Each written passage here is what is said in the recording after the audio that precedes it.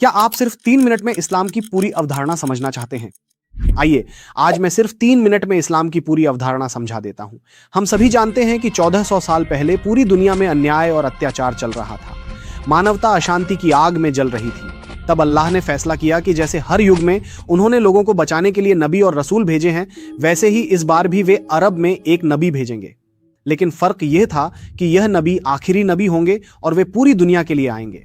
तो आखिरी नबी मोहम्मद अब नबी बनकर आए और अल्लाह के आदेश और कानून उनके माध्यम से उतरना शुरू हुआ। लेकिन सिर्फ आदेश उतरने से तो भाई शांति नहीं आ जाएगी। उन आदेशों को मानना भी होगा, उन्हें मानना पड़ेगा। अल्लाह के कानूनों को मानने के लिए एक मोमिन कौम की जरूरत थी और वह मोमिन कौम मदीना में तैयार हुई।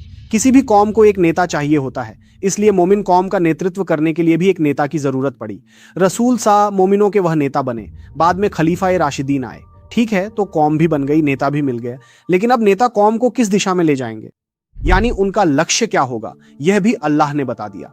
अल्लाह ने कहा, मैंने रसूल को भेजा है ताकि वे दुनिया के बाकी सभी जीवन व्यवस्थाओं के ऊपर अल्लाह की दी हुई जीवन व्यवस्था को स्थापित करें।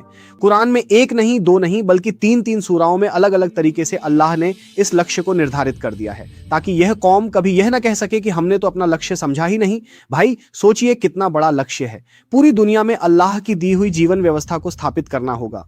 स्वाभाविक रूप से सवाल उठता है कि इतना बड़ा काम कैसे करेंगे? तबलीग करके, आध्यात्मिक साधना करके, चुनाव करके? असल में प्रक्रिया क्या होगी? अल्लाह ने लेकिन वह प्रक्रिया भी बता दी है। वह है जिहाद और क़िताल, जिसकी बात कुरान में बार बार कही गई है। और क़िताल को अल्लाह ने फर्ज कर दिया है। और किस तरह क़िताल करना है, यह नबीजी ने अपनी जिंदगी में सिर्फ 9 साल में 78 जंगें करके दिखा दिया है। भाई हम सब जानते हैं कि जंग नाम की चीज ही कुछ अलग होती है। हवा में फूंक मारकर शायद करामात दिखाई जा सकती है, लेकिन जंग जीती नहीं जा सकती। जंग के मैदान में वही लोग जीतते हैं जो पूरी तरह से योद्धा का चरित्र हासिल कर सकते हैं। आप किसी भी सैन्य बल के सदस्य से पूछिए, भाई तुम्हारे बल में सबसे जरूरी चीजें कौन सी हैं, बताओ तो। देखेंगे कि वे हथियारों की बात नहीं करेंगे। वे सबसे पहले एकता, अनुशासन और आज्ञाकारिता की बात करेंगे। इसलिए अल्लाह भी कुरान में बार बार मोमिन कौम को एकता, अनुशासन और आज्ञाकारिता की बात कहते हैं, ताकि कौम की चेन ऑफ कमांड कभी टूट ना जाए। इसके लिए साफ तौर पर कह दिया गया है, आज्ञा मानो अल्लाह की, आज्ञा मानो रसूल की और आज्ञा मानो अपने कमांडर की।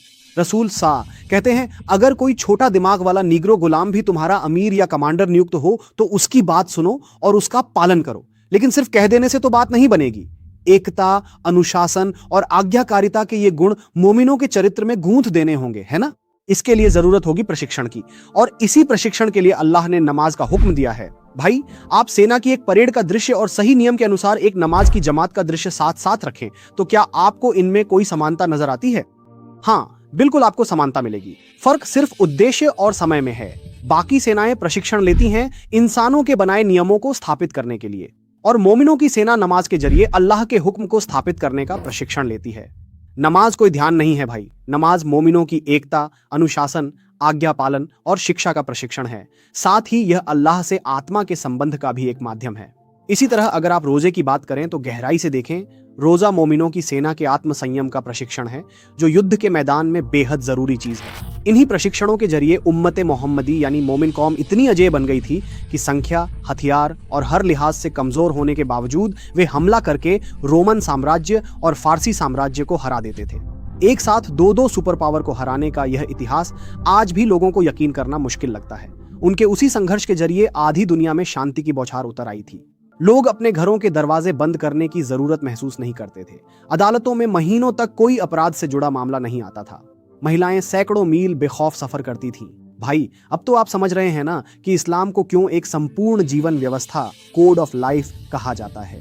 दरअसल यहाँ किसी चीज की कोई कमी नहीं है। शांति के लिए अल्लाह का हुक्म चाहिए, अल्लाह के हुक्म को मानने के लिए एक कौम चाहिए, कौम के लिए नेता चाहिए, नेता के सामने लक्ष्य चाहिए, लक्ष्य हासिल करने के लिए चरित्र चाहिए, चरित्र पाने के लिए प्रशिक्षण चाहिए। ये सब कुछ अल्लाह ने दिया है। लेकिन समस्या यह है कि हम न समझने की वजह से पूरे इस्लाम को हमने सिर्फ व्यक्तिगत इबादत का मामला बना लिया है। हम घर में बैठकर कुरान हदीस पढ़कर, नमाज पढ़कर, रोज़ा रखकर बहुत सवाब कमा रहे हैं, लेकिन अल्लाह ने ये सब किस लिए कहा था, ये हम में से कोई नहीं जानता। इसी वजह से हमारे समाज में अन्याय और अत्याचार का महोत्सव चल रहा है, और हम अपने घरों के दरवाजे बंद करके अंदर सिर्फ नमाज पढ़ रहे हैं, रोज़ा रख रहे हैं।